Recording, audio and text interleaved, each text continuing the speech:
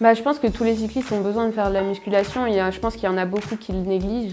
Comme je le disais, pour le placement, il faut savoir frotter, il faut être gainé, tout ça sur le vélo, donc c'est quand même important d'en faire un minimum. Clairement, si les 5 pistes que l'on a aujourd'hui et que toutes les réponses aboutissent sur un non négatif, eh bien, on est en grand danger et l'équipe certainement ne survivra pas. Bienvenue dans Ravito, le rendez-vous vélo du Télégramme. Ravito, c'est tous les vendredis à 18 h sur le telegram.fr et sur la chaîne YouTube du Télégramme. Musculation, footing et VTT, c'est actuellement le quotidien de Marie-Morgane Le Dunff. À la salle, sur la route et dans les sous-bois, on a suivi la pro d'Arkea dans sa préparation hivernale. Vous allez le constater, elle n'a vraiment pas le temps de s'ennuyer. Pendant l'intersaison, du coup, je fais beaucoup de VTT, un peu de course à pied avec le chien de temps en temps. Allez, hop, hop. Et je fais un peu de musculation avec du gainage aussi. Je m'appelle Marie-Morgane Le Dunff, je suis cycliste professionnelle au sein de la formation Arkea, du coup j'entame ma 3e année. J'ai 20 ans et j'habite à Gare-l'Esclin.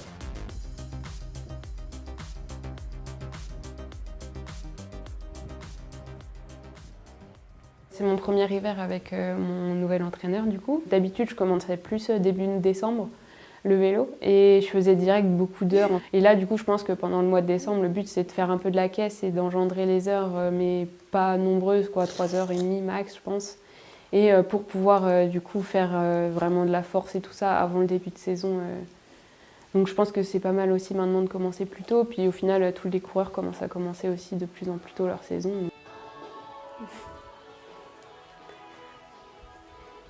Du coup, ce que je commence à faire, c'est je fais un peu de mobilité pour du coup préparer le corps et les articulations et tout ça. Et après, je fais un petit peu de musculation du coup, mais là, c'est vraiment pour préparer à soulever un peu de poids, quoi. Elle fait la tête parce que je lui ai dit qu'on allait courir et qu'on n'est pas parti. Je fais beaucoup de tout ce qui est développement des muscles des jambes, après beaucoup bas du dos aussi un petit peu et épaules. Après du coup je passe à peu près 1h10, 1h40 de muscu par séance. J'en fais 3-4 par semaine. Je pense que tous les cyclistes ont besoin de faire de la musculation. Je pense qu'il y en a beaucoup qui le négligent et je pense que c'est très important parce que, comme je le disais, pour le placement, faut savoir frotter, il faut être gainé et tout ça sur le vélo, donc c'est quand même important d'en faire un minimum. Et puis vraiment pour les articulations, quand on fait les courses comme Paris-Roubaix, tout ça, c'est quand même très sollicitant et du coup le fait d'avoir un dos gainé, d'avoir le bas du dos et les épaules bien structurées, je trouve que c'est important. Et puis après la muscu, ce qui est pour le bas du corps, je pense que les jambes et tout ça, ça apporte vraiment beaucoup de force. Donc pour une sprinteuse, c'est sûr que c'est important. Après, c'est sûr, faut faire la différence entre prendre de la masse musculaire pour prendre du poids et du volume, c'est différent que de faire juste de la force pour travailler pour le vélo, quoi. Il faut que ce soit bénéfique. Je pense en faisant mes séances de muscu à la saison qui va venir parce que là, à cette époque-là, on n'a pas vraiment d'objectif. On sait que la saison est en mars, il reste encore 3-4 mois. C'est compliqué de se dire qu'on se prépare pour quelque chose. Mais j'ai envie de bien faire, donc je fais tout un petit peu au millimètre ce qu'on me demande. Puis j'ai envie de performer un minimum. J'ai envie de faire une belle saison aussi l'année prochaine. Donc c'est vrai que faut s'y prendre tôt. Donc là, je suis motivée en tout cas pour l'année prochaine. Et donc ça commence aussi en novembre, la motivation. On va courir? On y va? Allez, voilà.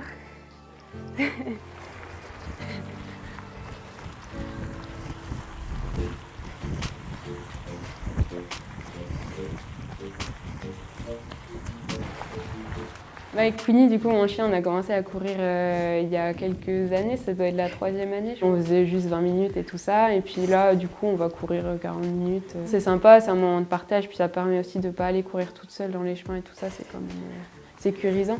Et puis, moi, ça me fait plaisir, parce que c'est sûr que c'est un animal de compagnie que j'affectionne. Voilà. Bon, j'ai pas un gros gabarit de coureuse à pied, mais c'est vrai que le duathlon et les choses comme ça, ça m'aurait très plu, oui, je pense.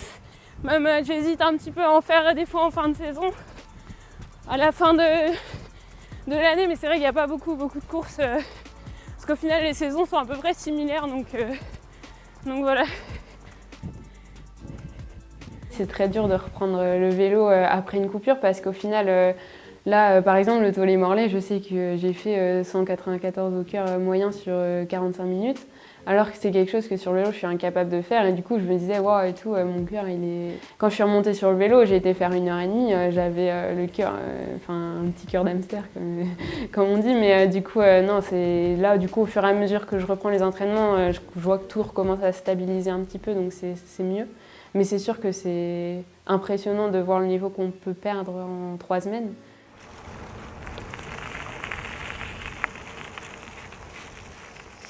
Là, du coup, aujourd'hui, je fais un peu de descente technique en VTT et puis un peu de montée pour le cardio. Mais voilà, du coup, on a un petit bois sympa à côté de la maison, donc ça fait plaisir.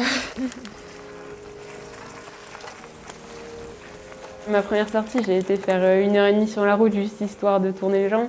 Et c'est vrai que dans les bosses, je dirais que t'es obligé de mettre le petit plateau, mettre tout à gauche, et puis t'as le cœur qui monte tout de suite dès que t'appuies un petit peu. Après, bon, c'est normal, mais bon, c'est sûr que ça fait bizarre au début. Je me suis dit, mince, j'ai perdu quand même un peu, mais bon, après, ça revient vite. Là, déjà, ça fait 2 semaines et ça s'est déjà restabilisé un petit peu. Je pense que la coupure hernale, c'est ni un bien, ni un mauvais. Je pense que c'est...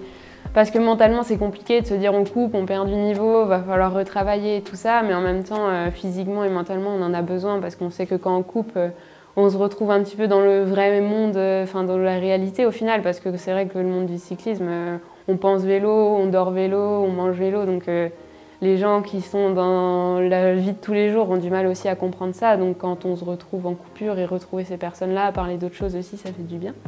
Après, c'est démoralisant un petit peu de perdre du niveau, mais bon, on sait qu'il nous reste encore 2-3 mois avant la préparation, avant le début de la saison et tout ça. Et puis les objectifs arrivent qu'en mai, fin juin, donc c'est sûr qu'on a le temps de se préparer d'ici là et qu'il ne faut pas vouloir tout trop vite.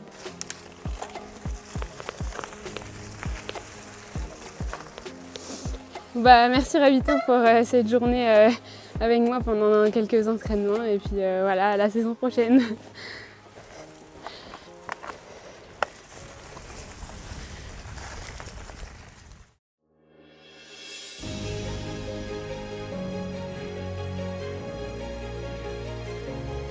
Votre programme avec Trecobat, constructeur de maisons innovantes.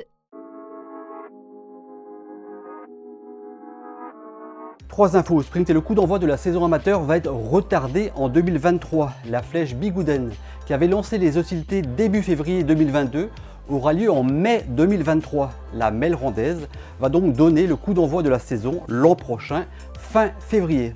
Francis Mouret va retrouver le Trobroléon 10 ans après sa victoire devant un certain Johan Lebon, le multiple champion de France de cyclocross, s'alignera au départ de l'épreuve Gravel en mai à l'Anilis. Cap sur 2023 pour l'équipe Arkea Samsic après sa journée des supporters le 11 décembre prochain. L'équipe dirigée par Emmanuel Hubert va effectuer son premier stage de l'intersaison du côté d'Altea en Espagne. C'est la grosse info vélo de ce début de semaine. Jérôme Pinault a révélé que l'équipe BNB Hotel pourrait disparaître s'il ne trouve pas de copartenaire d'ici la fin du mois. Le manager de la formation bretonne lance un SOS. Clairement, si les 5 pistes que l'on a aujourd'hui et que toutes les réponses aboutissent sur un non négatif, eh bien, on est en grand danger et l'équipe certainement ne survivra pas.